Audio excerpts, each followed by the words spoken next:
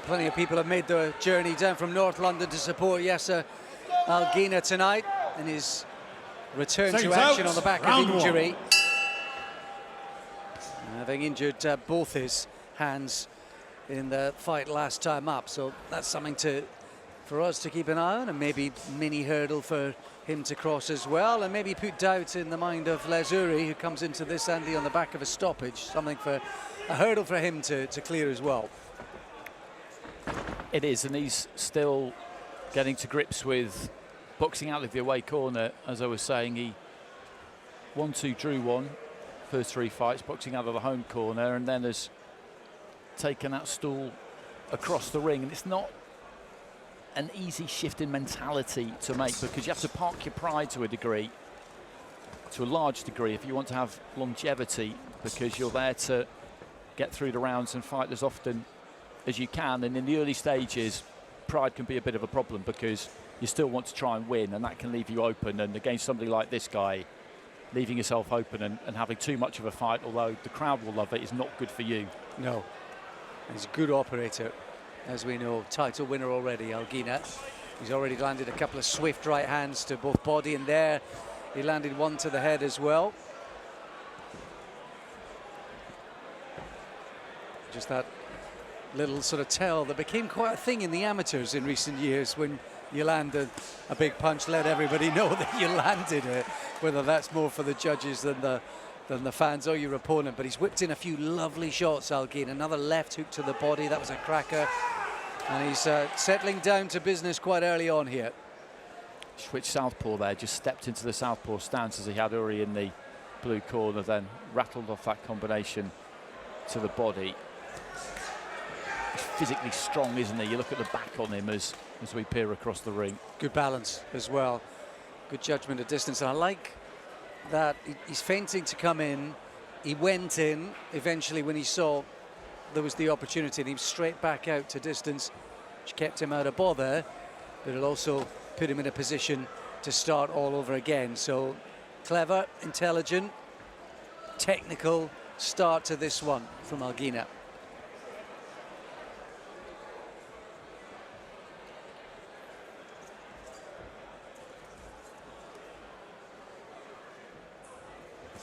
And I suppose for Urry, as well as those sort of mental hurdles to overcome, moving from sort of prospect to maybe survivor and an earner in the game, is also acquiring the skills or finding the right balance in terms of, and we've seen a couple of different ways to do it tonight, haven't we? Yeah, we have, because with Hartley Hodgetts, for example, it got quite hard quite early, and so he probably readjusted maybe his game plan. Maybe he was fancying it a bit, but then he found himself under the cosh against Dylan Adebisi and thought, okay, I need to get through this. This is a survival job. And then, you know, we had a similar thing from Carl Sampson, didn't we? Where he used his feet really, really well. And then in the opening fight of the night, we had somebody in the away corner who absolutely came to win, started like that and got a good start. And if that's what you're going to do, you need a good start. You really need a good start. But he was pretty sensible that first round, Urry, wasn't he? Did throw an awful lot, but you can't just tuck up for 4 rounds. Even if it's only 4 rounds, that's impossible. That's impossible. You've got to give something. And this is 6 anyway, so you've got to provide that odd flurry just to make them think that, okay, I can't just take any liberties with this guy. Like you say, there's an awful lot that goes into it. Those are a couple of the fighters in the away corner on the undercard. You'll be able to catch up with those on the YouTube channel. And here we are live on DAZN, kick-starting the Sunday afternoon, and that's a big shot. Referee didn't quite know what to do. Alginina almost embarrassed with his smile. There was a punch, he was off balance, and he went down. That's the right call, because the punch started it. His foot then just went slightly from underneath him, and he ended up going down. But it was the punch that caused the slip, which caused the knockdown. So you have to give them. I always think you have to give them. Referees don't always, but he just waited to pick up the count of the referee and gave the knockdown. I'll tell you what, though, Andy, it has intensified perhaps the attack. A couple of lovely body shots there, and Urry with a response as if to say, yes, you got me. I wish I hadn't have done that, because Algina's going after him now. And a couple of wicked shots to the body, and there's real menace and intensity now. He will just have to be careful, because Urry will have to punch back now if this is the template. It could be the best thing that could happen in the fight for the neutral, the worst thing that could happen in the fight for Urry, because he's giving it a crack now as well, Urry, because I think he feels, like we just said, I can't just let this guy tee off on me. I've got to give something back. I've riled him up a bit here. But the reality is, if he doesn't go down himself before the end of the round, Urry, then he's going to win this round 10-8. And he'll be ahead after 2 rounds. Which seemed unthinkable, but there it is. Just look at the right side when you get a chance with the camera angle, the other side, the right side of the body of Urry, and you see how reddened that is, and that's testament to those left hands that have whipped in against his pale skin. He landed a decent lead uppercut there, Urry, I think. I didn't completely see it. We weren't in a great angle for it, but he's thrown some good punches in this round. Outside of the knockdown, you would say that Algina has had the better of it, but the knockdown is a kind of momentous event within the course of a round, and if you don't score one yourself to level it up on knockdowns, then you will lose around 10-8 almost always, because the way to think about it really is the fighter who scores a knockdown gets a bonus point for that. They put that in their pocket, and then you judge the round, but the knockdown still counts in the judging of that round, and it is the ultimate thing that you're looking to do in there. So to level it up and only lose the round by a point without scoring a knockdown yourself, you've got to absolutely batter your opponent for the rest of the round. I think that's a really fair assessment. There will be some people who think, well, Algina's winning the round. He's won every moment of the round, bar that initial knockdown, and therefore 10-9, take a point off. But it's not as straightforward as that. When you get a knockdown, it should be worth more, and that's why more often than not, almost always, it should be a 10-8. That's exactly it. People compare it to point deduction sometimes, but it's not the same. A point deduction exists in isolation, and there's the knockdown, a punch, and then a stagger, and then he touched down. So, like I said, we don't always see them give it, but you have to give them. You have to. I think the referee was as shocked as we were. Initially, there was just a pause in a moment where I wondered if the referee was going to counter, but he looked across to the timekeeper and took up the count. And there was that sheepish smile from Algina, who quickly got down to business and went after Urry. He forced Urry to throw some shots. And now, 10 seconds. Without doing anything funky or wacky, he's just got to build momentum and win rounds. Round 3. But it just gives him a little bit of a challenge that he might not have expected here, because after 2 rounds, the score will be 19-18 to Urry. That's what it'll be. So he's just got to make sure that he does his job here, Algina. I don't really have any doubt that he will, but it just gives him a mission that he probably wasn't really expecting, and actually probably makes it a more worthwhile outing for him. Indeed, and really sort of asks a little question of your professionalism, your mentality, your ability to find an alternative route and plan. There's the left hand to the body again, and the reddening on that side of Urry's body is quite significant now. He'll do well to keep taking them, because you can hear that one. He throws it nice and short when he really lands it, doesn't he? He gets close, really close. Yeah, the kind of warrior response from Urry. And he's trying to motivate himself, probably through the hardship of pain from those shots. And this is kind of what we were discussing at the start. I don't know whether he's doing this because he feels like, I have to try and distract this guy and put him off his game somehow, because we're only in the 3rd here. Or maybe this is the pride that we were discussing. He loves the battle, he loves to fight, and he's going to have a fight here, which is great for us, but will probably be bad for him. But I'm enjoying it. The referee's going to have a word with. It was like an old black and white comedy skit there, wasn't it? Lowell and Hardy. They're both doing it, aren't they? Yeah, They're both doing it. It's all part of the fun, part of the game, part of the business, and it is show business. Boxing, part show business, and Alginina can see the humour in it, and Urry is loving every moment of it, because let's be honest, when you're in the other corner, those moments to revel in the spotlight are few and far between. You've been celebrated more often than not for your toughness, your ability to withstand punishment and pressure, rather than actually any moments of success yourself. So quite right, bask in the moment. Quite right, show everybody how tough you are. Will he pay for it? There's a good crowd in here as well.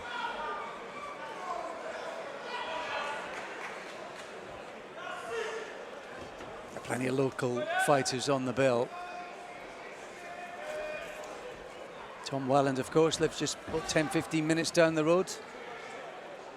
James Osborne likewise. Plenty of the Faversham crew are here to try and see Alex Banton-Cole create a bit of history. And Zach Fee still to come in a title fight as well, one of the young prospects on this bill. But he's not let this take away from his performance so far, Ghena. I like the way he's just kind of knuckled down, stayed sharp, stayed on it, even despite a little bit of the histrionics and the gamesmanship.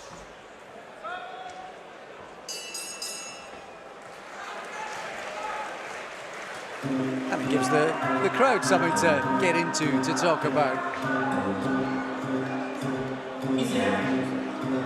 It does, and that'll see it level through 3 rounds. The big scare has passed. Yeah, I think so. He quietened down towards the end of the round there, Urry, didn't he? It was interesting to watch that round because, you know, there was the posturing, the kind of showboating, the machismo from the pair of them, and Alginina, as he was doing it, knew what he was doing. It's just a bit of fun, and then he's going to look to settle, and Urry's going to have to settle to the tough business of just finding a way through this. And his young life was erring on the wrong side. Corners, 10 seconds. Very similar. His story and Anthony Joshua's story, very similar, you know. Seconds out. But for some good advice, good legal advice and support, he could have been away for a while, and like Joshua, found salvation in Finchley ABC. And it's so often the case, these gyms. It is. It's a story we're really familiar with, but it should never take the power out of it, because they're like social workers, trainers at amateur clubs. Really, really good ones.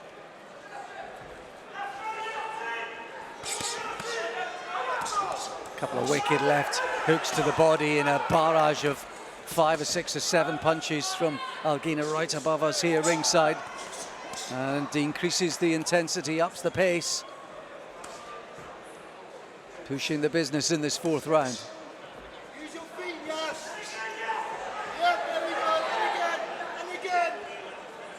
He's managing to soak this up so far, Urry, but he is getting hit a lot. Yeah, he's impressive in his own way.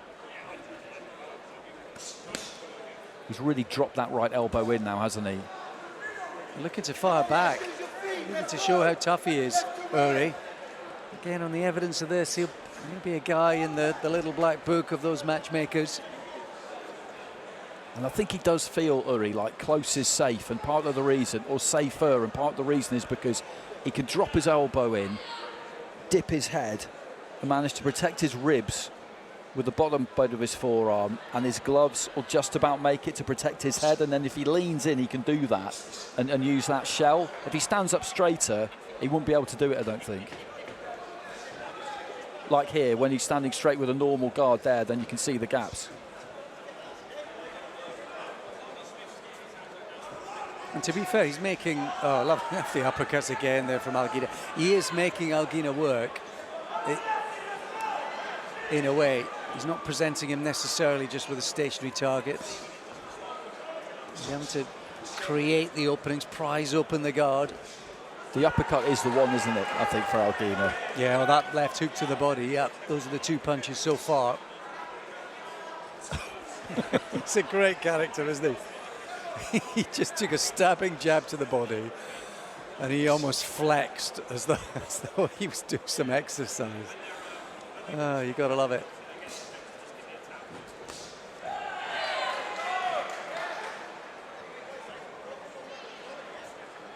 Everything about Urry is made for the screen. It is, absolutely.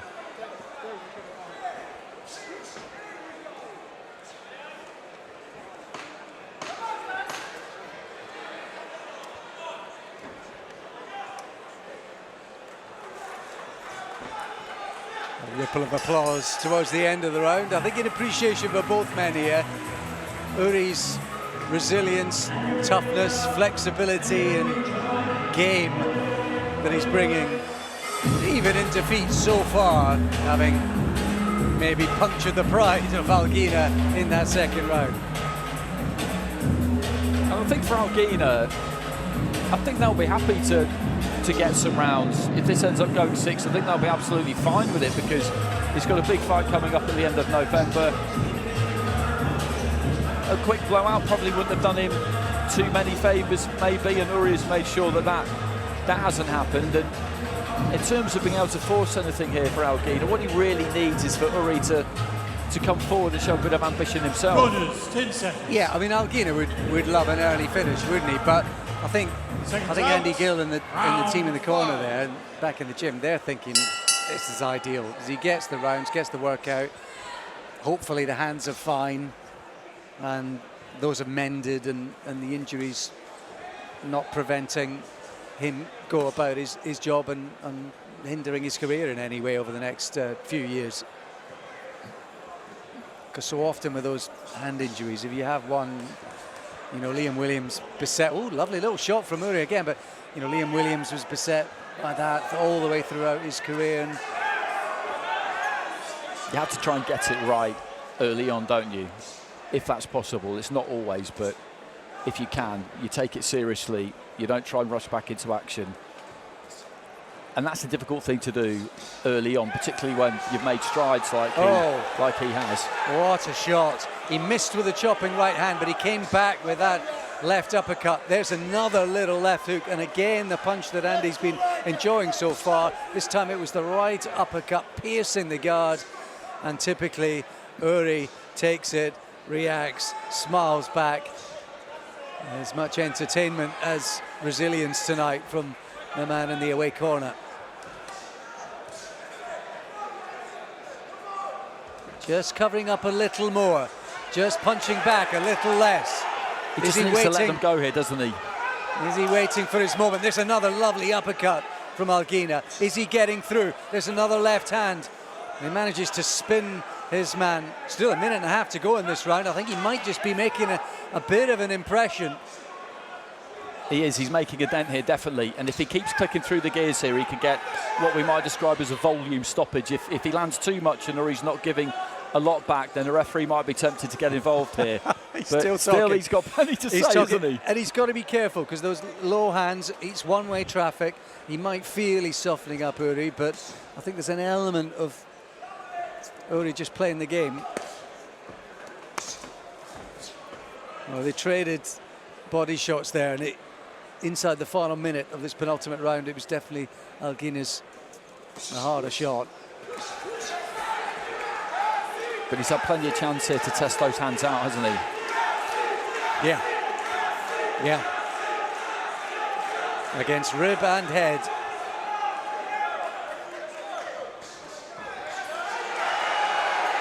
Little step off to the right-hand side to correct the angle for the uppercut. That's what's worked for him when he's managed to get it through.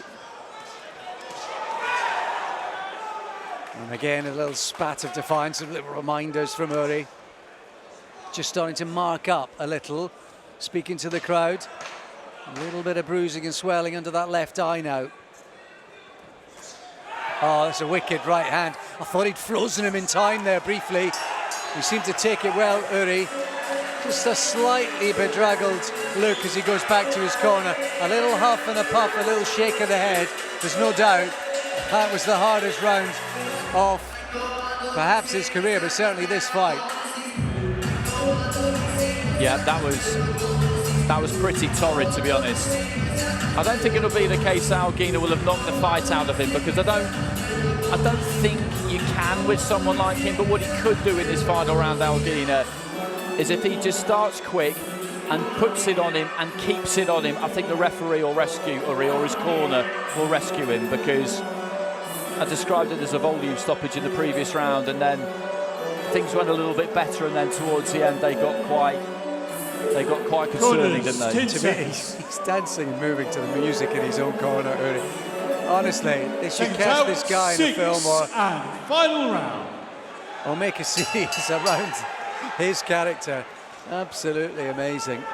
In a sense, he's a little too brave for his own good. And maybe he could find a way to keep himself away from the pain in this round.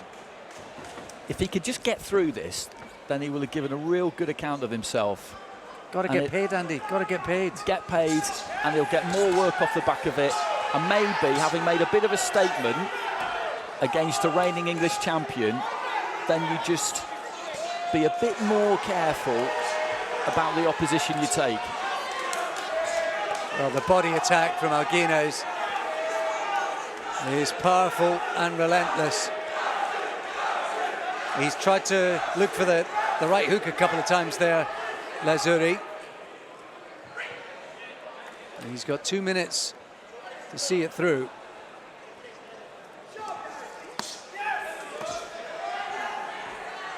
To be fair to Urry, he has got those hands and elbows as tight to the body and as close to that rib cage as he possibly can.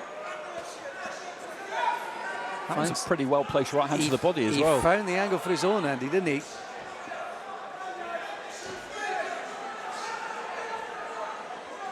Well, he is almost trying to turn away and cushion the impact of some of those shots now, Urry. Still just saying the odd thing to Alginina in there. He's just whacking away at those forearms, at those gloves, but at no point, like you said, have they really dropped. That shell is yet to shatter, and we're just kind of willing him to make it to the end now. We've got no horse in any of these races, but when you see the amount of effort he's put in, we know what's coming next for Alginina. He's boxing at an entirely different level. His career is on a totally different trajectory, but the referee jumps in. Yeah, you called it, Andy. I feel like you. I feel for Urry, but the intensity of the fifth and through the first half of that sixth round, it did invite the referee, who was considerate for Urry. Means he'll be out of work for a few weeks, but he's shown that there's a place for him in this role with a little fine-tuning and a little less bravado. There's a place for him in this game, in this role, in this sport. What a man.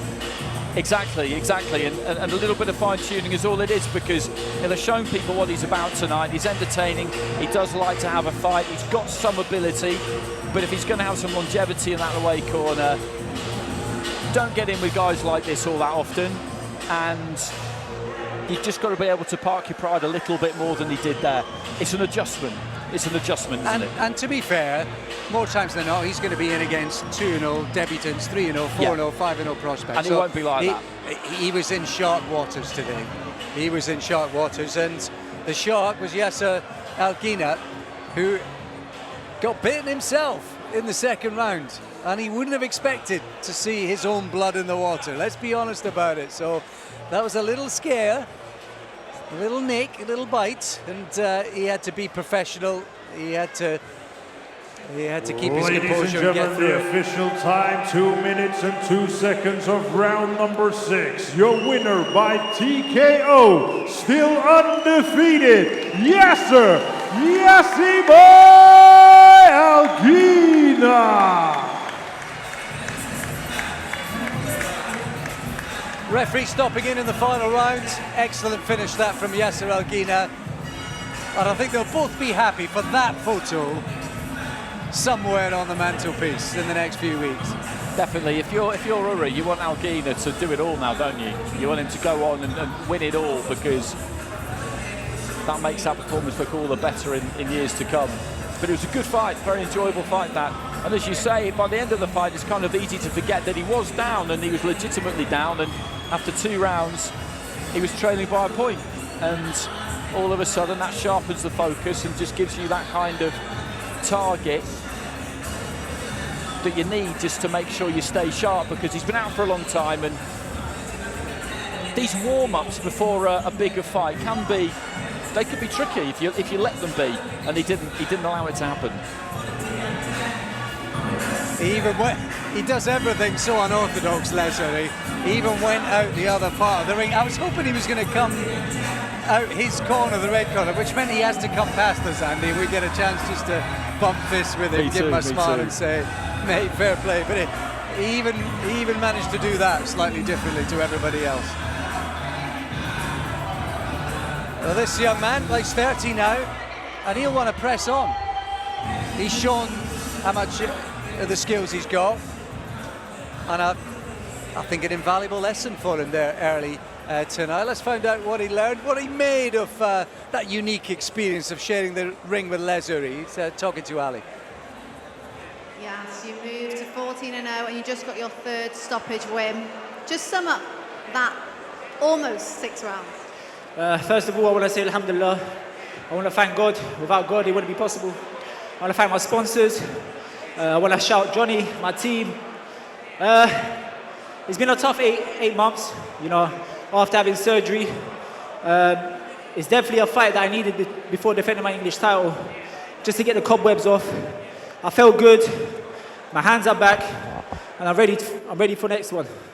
Did you say the hands are bad or aren't bad? Yeah, the hands are back, man. I feel like 500 uppercuts. All good, man. All good. I'm back. Trust me, when I'm 100%, I'm a problem for anyone in the super light division. Trust me. There was a bit of talking going on through that fight. What was being said? You know, just having a bit of banter. I'm saying you're some tough cookie, but I'm going to break you. I'm going to break you. I'm coming. And I did just that. You certainly did, Coach. Come in. Great that he's back in the ring. As he said himself, was very busy, throwing hands in there. All looks good for defending his English.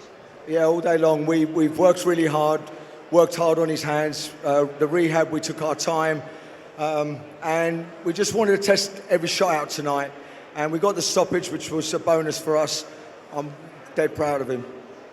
It's your first time on a top-tier show as well. What was that experience like? Oh, man, I feel like home, man.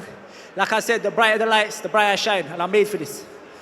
And I just want to say a big thank you to my sponsors, everyone that bought tickets, everyone here that supported me, everyone here that cheered me on. I love you, and I'll be back, big and Bell. Thank you. You will be back. Johnny told us 30th of November, you're going to be back on the show co-main. I'll be back, baby. I'll be defending my title. And the new, no. And still. Hey, you know what? I'm used to saying and still. I'm used to saying and the new, but you know, I'm defending my title for the first time. You know what time it is, man. Trust me, I'm coming. It's great to have you on the show. Well done. Thank you, guys. God bless. Have a good night.